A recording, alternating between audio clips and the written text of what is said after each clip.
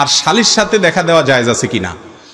ভাই, অন্য মহিলার সঙ্গে দেখা দেওয়া, অন্য বেগানা রাস্তায় মহিলার সাথে দেখা দেওয়া জায়েজ না হারাম? সেটা যদি হারাম হয়, শালীর সাথে দেখা দেওয়া ডবল হারাম।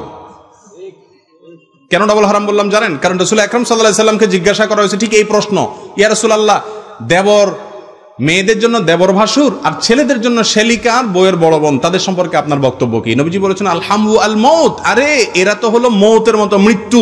মৃত্যু দেখে যেরকম ডরাও, এই যে একটু আগে আপনার শিয়াল দেখে যেরকম লাফাইছেন, এরকম ভাবি আপনার দেবর শেলিকা তাদেরকে এরকম লাফাইতে থাকবেন, অর্থাৎ দৌড়াইতে থাকবেন। কথা কি বুঝাইতে পারছি? কারণ তাদের মধ্যে, তাদের দ্বারা ফিতনার ভয় আরো বেশি। রাস্তার মহিলার দ্বারা এত ফিতনার ভয় নাই, এখানে রিস্ক অনেক বেশি। জি।